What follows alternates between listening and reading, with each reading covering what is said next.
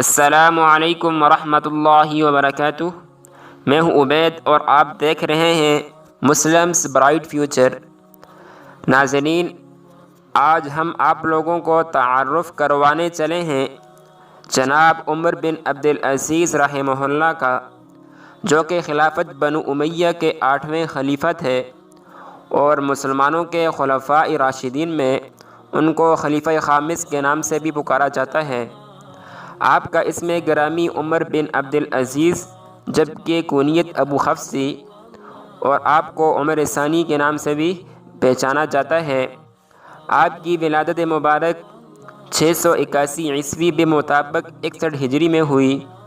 آپ کے والد کا نام عبدالعزیز بن مروان الحکم تھا، اور آپ کی والدہ صاحبہ کا نام لیلہ عاصم بنت عاصم بن عمر بن خطاب تھا، یعنی آپ کی والدہ ماجدہ صاحبہ جناب عمر فاروق اعظم رضی اللہ تعالی عنہ کی پوتی تھی۔ ان کا یہ ازدواجی تعلق کیسے بنا، یہ ایک بہت ہی دلچسپ اور مشہور واقعہ ہے۔ کہتے ہیں کہ ایک رات جناب عمر فاروق اعظم رضی اللہ تعالی عنہ مدینہ میں پاسبانی کر رہے تھے کہ تھک گئے اور ایک دیوار سے ٹیک لگا کر بیٹھ گئے۔ اس وقت آپ نے ایک عورت کو بولتے سنا۔ وہ اپنی بیٹی سے کہہ رہی تھی، بیٹی اٹھ ذرا دودھ میں پانی ملا دے۔ تو اس پر لڑکی بولی، ماں کیا تو نے امیر المؤمنین عمر کا حکم نہیں سنا؟ آپ نے فرمایا ہے کہ دودھ میں پانی نہ ملایا جائے۔ ماں بولی، بیٹی سب لوگ ملاتے ہیں، تو بھی ملا دے۔ عمر یا اس کا کوئی نمائندہ تجھے دیکھ تو نہیں رہا؟ اسے کیا پتہ؟ لڑکی بولی، اگر عمر نہیں دیکھ رہا تو خدا تو دیکھ رہا ہے۔ خدا میں ان لوگوں میں سے ہرگز نہیں کہ بظاہر تو حکم مانوں اور خلوت میں حکم کی نافرمانی کروں۔ حضرت عمر رضی اللہ تعالیٰ عنہ نے سب کچھ سنا۔ آپ کے ساتھ حضرت اسلم تھے۔ آپ نے فرمایا، اسلم اس دروازے پر نشان لگا دو اور اچھی طرح اس جگہ کو ذہن میں محفوظ کر لو۔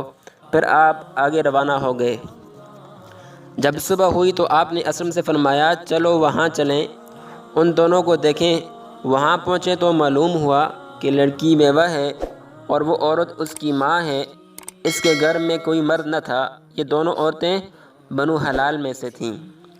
جب حضرت عمر فاروق اعظم رضی اللہ تعالیٰ عنہ کو یہ بات معلوم ہوئی تو آپ نے اپنے فرزند عاصم کو بلایا اور لڑکی کی اس کے ساتھ شادی کر دی۔ اس لڑکی سے عاصم پیدا ہوئیں۔ جب وہ جوان ہوئیں تو عبدالعزیز بن مروان سے ان کی شادی ہو گئی۔ ان سے عمر بن عبدالعزیز پیدا ہوئے۔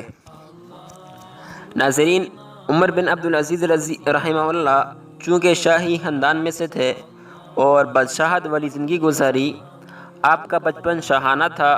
دولت کی فراوانی تھی۔ دولت آپ کے گھر کی باندھی تھی، کیونکہ آپ کے والد 21 سال مصر کے گورنر رہے اور آپ خود بھی مدینہ کے گورنر تھے، اور آپ کی اہلیہ فاطمہ بنت عبد الملک بھی شہزادی تھی۔ عمر بن عبدالعزیز رحمہ اللہ اپنی ذات پر بہت بڑی دولت خرچ کیا کرتے تھے۔ عمدہ لباس اور عنبر کی خوشبو لگایا کرتے تھے، جو کہ ایک قیمتی خوشبو ہے۔ کہتے ہیں کہ جب عمر بن عبدالعزیز رحمہ اللہ اپنے گھر سے باہر نکلتے تو مدینہ کی گلیوں میں خوشبو ہی خوشبو پھیلا کرتی تھی، اور ہر طرف خوشبو سے علاقہ مہک اٹھتا تھا۔ 717 عیسوی بمطابق 99 ہجری میں جب خلیفہ سلیمان بن عبد الملک بیمار پڑے تو انہوں نے وصیت کی کہ میرے بعد خلیفہ عمر بن عبدالعزیز ہوں گے۔ انہوں نے مزید کہا کہ میں ایسی نامزدگی کروں گا کہ جس میں شیطان کا کوئی حصہ نہیں ہوگا۔ ایک مرتبہ عمر بن عبدالعزیز ان کی عیادت کے لیے گئے تو سلیمان بن عبد الملک نے اپنے غلام سے کہا کہ اپنے بیٹوں کو، یعنی سلیمان بن ملک کے بیٹوں کو تیار کر کے لائے۔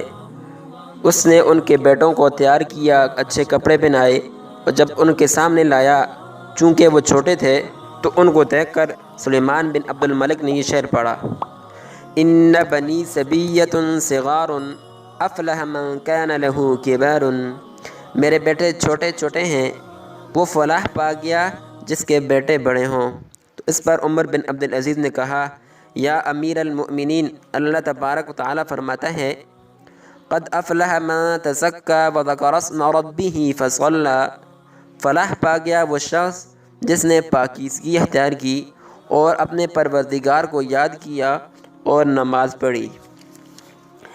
چنانچہ جب خلیفہ سلیمان بن عبد الملک اپنی موت کے وقت عمر بن عبد العزیز رحمہ اللہ کو خلیفہ بنا دیا،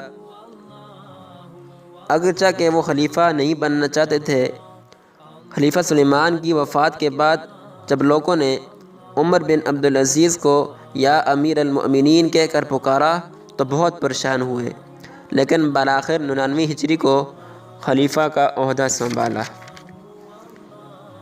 حضرت عمر بن عبد العزیز جب سے خلیفہ بنے تو انہوں نے اپنی تمام تر عیاشیاں، نفاست، زینت و آرائش اور اپنی بچپن کی زندگی کو چھوڑ دیا اور فقیری والی زندگی اپنائی، اور جب شاہی سواری پیش کی تو کہا میرے لیے فقط میرا خچر ہی کافی ہے، اور تمام شاہی سواریوں کو فروخت کر کے رقم بیت المال میں جمع کروا دی، اور تمام غصب شدہ اموال اور جاگیریں ان کے اصل مالکان کو دلوانا آپ کا بہت بڑا کارنامہ تھا۔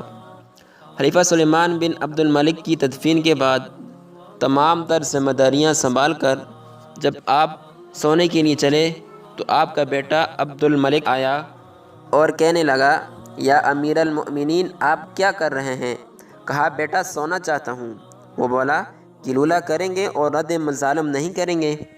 بولے بیٹا میں رات بھر تیرے چچا سلیمان کی وجہ سے جاگتا رہا، نماز ظہر سے فارغ ہو کر رد مظالم کروں گا۔ بیٹا بولا اس امر کا کون ضامن ہے کہ آپ ظہر تک زندہ رہیں گے؟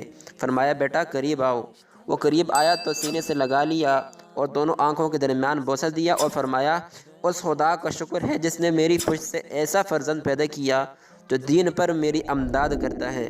پھر فوراً نکل کھڑے ہوئے، منادی کو بلایا اور حکم دیا کہ جس پر جو ظلم ہوا وہ اپیل دائر کرے۔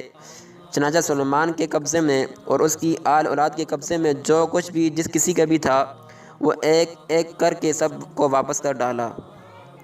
جب خوارج کو جناب عمر کی سیرت کا علم ہوا اور رد مظالم کی بابت سنی تو وہ جمع ہوئے جو کہ تمام خلفاء کے مخالف تھے اور کہنے لگے ہمارے مناسب نہیں کہ ہم ایسے شخص کے ساتھ جنگ کریں۔